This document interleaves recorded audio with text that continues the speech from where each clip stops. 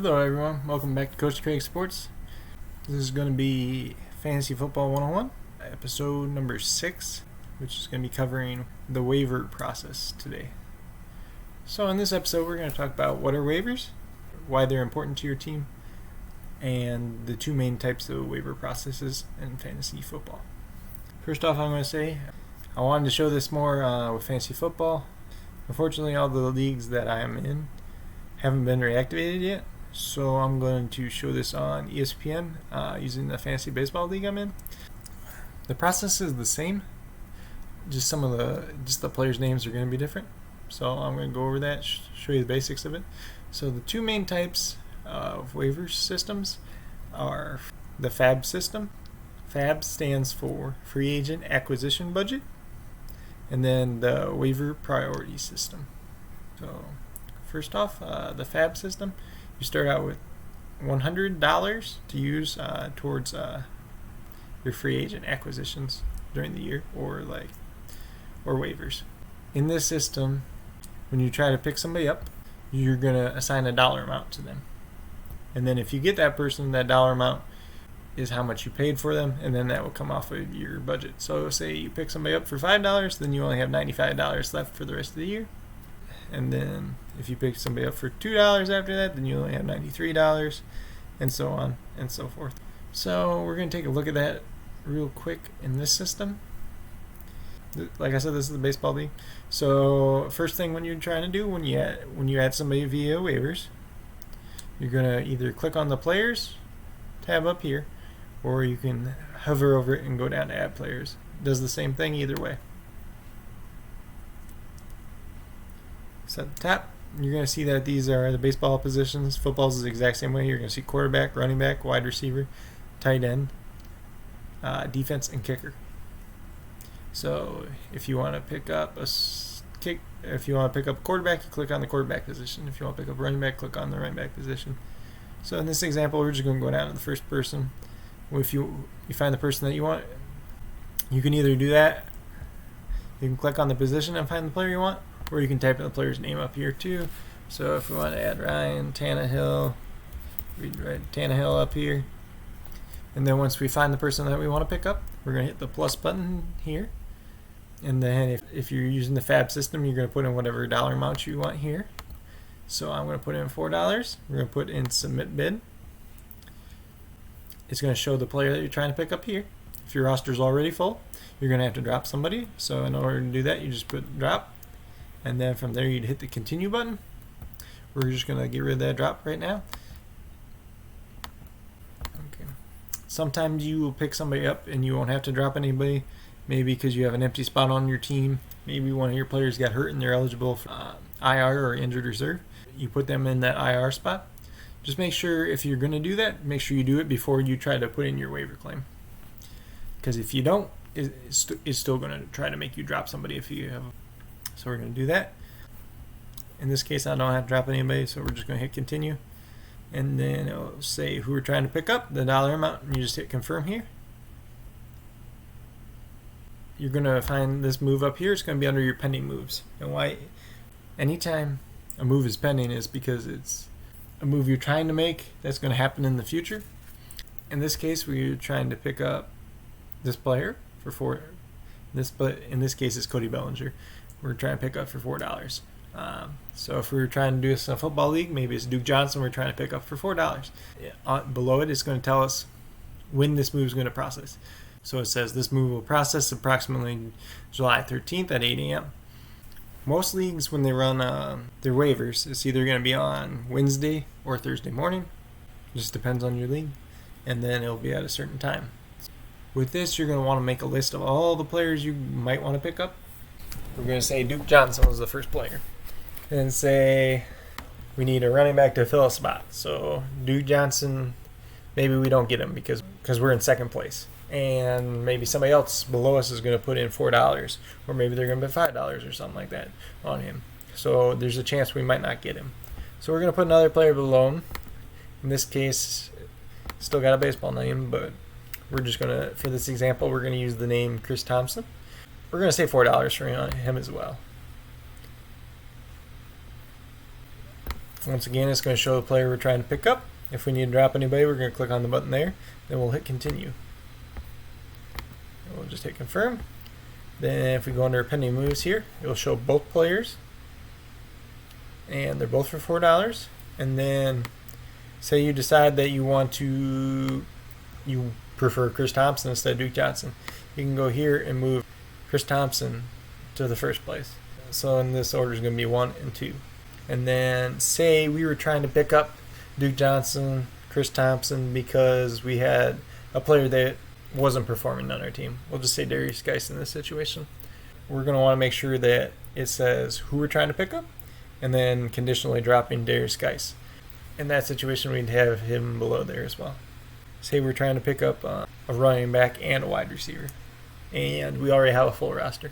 We're trying to pick up Duke Johnson and we're dropping Darius Geis. But we also want to pick up a wide receiver. So we'll say we're trying to pick up Sammy Watkins.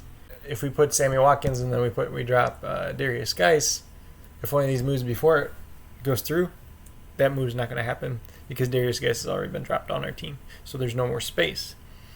You want to make sure that Sammy Watkins, we're going to drop somebody else on our team. So let's say we're going to drop Jalen Reagor. Saying he's not performing after the first couple weeks. Sammy Watkins looks pretty good. So we're picking up Sammy Watkins, dropping Jalen Reagor. And we're going to do that for, say, $2. So then if Duke Johnson gets on our team, we drop Darius Geis. Then Sammy Watkins, if we win him, then he'll go on our team as well. And we'll be dropping Jalen Reagor. You just want to make sure that you're putting in for all the guys you want to get. And then you're going to make a list too. This is more important if you're trying to pick up multiple people in a week. So say you're trying to pick up a quarterback, a tight end, and a defense. Maybe you're using the streaming method and you're trying to stream quarterback, trying to stream tight end, and you're trying to stream defense pretty much week to week. We'll talk more about the streaming method in some of the strategies in future videos, but essentially it's just trying to pick a player that has a good matchup week to week. So most weeks you're going to be on the waiver wire trying to pick the player that has a good matchup that week. It's more important that say, hey, we're picking up the quarterback. We're going to drop the old quarterback we had. We're picking up a quarterback. We're dropping one of our bench players. We're picking up a tight end. We're dropping the old tight end we had. We're picking up a defense. We're dropping the old defense we had. Because normally you don't want to hold on to two defenses unless your defense has a bye that week or they're going against the Chiefs or something like that maybe, and then they have a good matchup the next week. But that's more of a strategy video. We can talk more about that later. So with the FAAB system, you want to best use your money, but you don't want to spend it like all at once either. You want to kind of keep it throughout the season. So maybe you're dropping $5 here this week, $10 here this week. Like there's some strategies where, say, a really good player gets hurt and their backups comes in and their backup's going to get a lot of carries or catches or yards or anything like that. So in that example, maybe Ezekiel Elliott gets hurt and Tony Pollard's out in waivers for whatever reason. So maybe somebody's going to spend $90 out of their budget to get Tony Pollard because they think he's going to take over for Ezekiel Elliott. He's going to get a whole bunch of yards. He's going to get a whole bunch of carries, touchdowns, and receptions. So in that situation, he might be worth it. But then you also have to think about how much budget you have left for the rest of the year. And then leagues will vary for minimum bids. Some leagues will let you bid $0 as the minimum bid, and some will let you bid $1 as the minimum bid. Something to keep in mind with this too is if you're a team that's higher up in the standings, so maybe you're first, second, third, fourth, somewhere there out of 10-team league. If you're bidding $0 on one player, the only way you're going to get that player is if nobody below you bids $0 or higher. So if you're higher up in the standings, maybe you bid $1 on a player that you think would be worth $0. Or if you think somebody else is going to bid $1 that's below you, you bid $2. So you just kind of want to up it a little bit just because the team that has the worst record is, if there's a tie, the player is going to go to them. And that kind of leads us into the next segment, which is going to be the inverse waiver priority. So in this situation, there's no dollar amounts, but we'll use the same example as before. So we put in for Duke Johnson, dropping Darius Geis. We put in for Chris Thompson, dropping Darius Geis as well. And we put in for Sammy Watkins, dropping Jalen Reagor. So inverse, what that means is essentially it's the reverse order of the standings. So whoever has the worst record gets the player. So say the worst team had already put in for Duke Johnson, so they're going to get Duke Johnson. So in that case, we would miss out on Duke Johnson. We could get Chris Thompson just depending on our record. So it's going to go backwards in standings, essentially. So in this situation, if you're a team that is doing better in the season, you're going to want to have a longer list of players, especially if you're looking to fill in a hole. Maybe you really need a running back that week, so you put in Duke Johnson, Chris Thompson. Let's say James White's probably already on. So we'll say like Rex Burkhead for the Patriots. And then sometimes I'll even go as far as putting, like, even if I don't think that all the people I put in for are going to be gone by that spot, I'll put in a couple of additional names below that. If I either have an open spot on my roster, think they're better than what I already have, or they have a good matchup that week, maybe. Just kind of depends. That's kind of a basic overview of those two formats. Those are the ones that you're going to see in most leagues.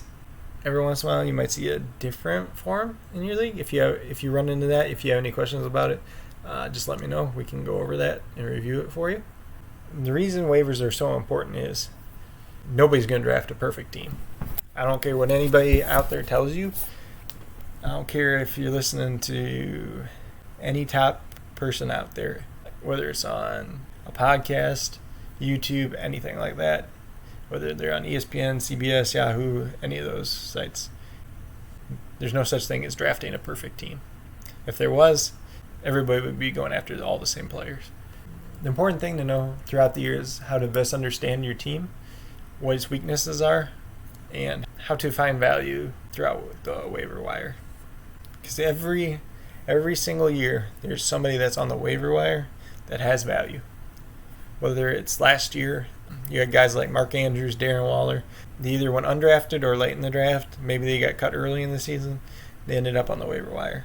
You had a chance to get them, and they both ended up being top 6 or 7 tight ends last year in fantasy, which is a tight end that you want on your team, unless you have like one of the big 3 or 4 already.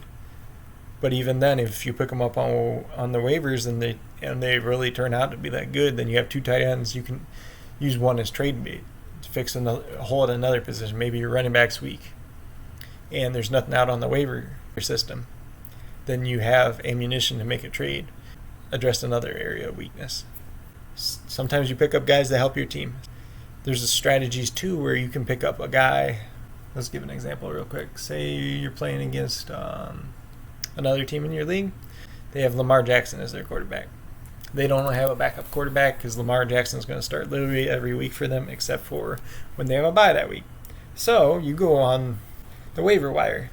You see a quarterback that has a great matchup that week. So you can play a game that's kind of called blocking your opponent. In the FAAB system, you could bid more money than you think your opponent's going to be so they don't get that quarterback. Or if you're on the waiver priority system and you get to pick up a player before they do, maybe you can block them from getting the quarterback that has the great matchup that week. So then they have to pick up somebody else. It doesn't sound like much, but say that quarterback that has a great matchup, say he's going to have 25 points this week, and the quarterback that they have to pick up instead only ends up having 20 points that week. That's a 5-point difference. Some leagues, some weeks, that could be the difference between winning and losing. But overall, like I said, there's guys every single year on the waiver wire that make an impact. I gave the 2 examples of the tight end. Last year we also had Ryan Tannehill. He didn't even start at the beginning of the year. He wasn't drafted anywhere. He only played half the year. But he's on waiver wires a couple weeks after he started starting. If you got him, you started him the last couple of weeks of the year, he probably helped your team win a league championship. He might have helped you get to the playoffs. There's also guys like Devontae Parker. He wasn't drafted almost anywhere last year. Or late in the draft. He was cut early in the year.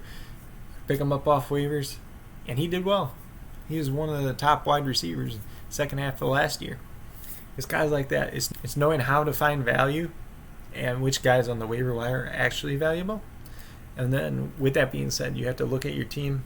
You have to be able to analyze it because you don't want to overreact and you don't want to underreact. You don't want to be like, my team's perfect, I don't need to pick anybody up on the week. You don't always have to pick someone up every single week. Keep that in mind. But there'll be other weeks maybe you have to pick 2 or 3 guys up. And then you don't want to overreact too, like early in the season. Say somebody that you drafted really high in the draft. Like last year, Joe Mixon. I picked him, I think, in the second or third round of one of my leagues last year. I think it was the second round. The first couple weeks, he wasn't doing much. But if you had dropped him after week 3 or 4, let's say you dropped Joe Mixon when Kerryon Johnson got hurt last year, and you picked up Ty Johnson, who was a hot waiver wire name at that time, because he was supposed to come in and get all the carries that Kerryon was getting. If you dropped Joe Mixon for Kerryon, or you dropped Joe Mixon for Ty Johnson last year, the second half of last year you would have looked crazy, because Ty Johnson, he came in, he started like a game or two, didn't do anything. Joe Mixon, the second half of last year, he's getting 20, 25, 30 carries a game. He's getting 100 yards a game. Like he's a great running back throughout the second half of last year. For waivers and trades, is you don't want to overreact too early. You don't want to go out and get somebody that's either a flash in the pan, or they're going to start because somebody else got hurt, and get rid of one of your high, somebody that you drafted in the first 4, 5, 6 rounds of the draft. Because those guys that you're drafting that early, you're drafting them early for a reason, because they provide some type of consistency. And you don't want to freak out if they just have a bad game. Anybody could have a bad game. They could be injured. They could be sick, feeling under the weather, especially this year when we have COVID floating around as well. And that's going to make waivers even more important this year. Like I said, you can find value every single year in the waiver wire system. Another guy I forgot last year was A.J. Brown. You could find him in there. Raheem Mostert had games last year that were valuable towards the end of last year. In the past, I picked up Tariq Hill the year he first broke out. He wasn't even drafted. Nobody knew who he was at that time. I picked up Victor Cruz the year he first broke out as well. I think he had 3 touchdowns one game. I picked him up. He had a great year. The next year he was good as well. There's always value to be had. And I'll make another video coming up where we look at guys that are either late round sleepers, people that are undrafted, people that could have an opportunity in the future as soon as this year, or people that are handcuffs. And we'll be talking about handcuffs, the term handcuffs, a little bit more later, but essentially what a handcuff is they're a backup running back for a good running back. So maybe it's Tony Pollard for Ezekiel Elliott, maybe it's Alexander Madison for Dalvin Cook, maybe it's Chase Edmonds for Kenyon Drake. We will take a look at people like that being drafted either late, undrafted, depending on how big a league you're in, how many rounds the draft is. And then every week I will be posting a video, probably either late Monday or Tuesday, going over waiver targets for the week. So essentially these will be guys that are available in a lot of leagues. They're either doing well, have a good matchup, or have a chance to break out. That's pretty much it for this video of waivers. If you guys have any questions, let me know. You can always leave a comment down below. You can send me an email at coachcraigsports@gmail.com. I'll have that in the description below as well. You can also check out the Facebook page, Coach Craig Sports. There'll be a link to that as well down below. You can use any 3 of those methods to get in contact with me. If you have any questions, you want me to elaborate more on anything. If you liked and enjoyed the content of this video, give us a thumbs up. If you haven't already subscribed, it would be much appreciated if you would. If you're a new subscriber, or you already been subscribed and you haven't hit the little bell for the notifications, please do so. It'll let you know every time I upload a video. Our next video is going to be going over trades, mainly how do I know when I should make a trade, how to make a trade offer, how to evaluate a trade, how trades should be viewed in the eyes of teams that are making a trade, rules about vetoing trades, my thoughts on that, and how to communicate effectively when trying to make a trade. So that's it for today, guys. I hope you all enjoyed the video, and have a good rest of your day.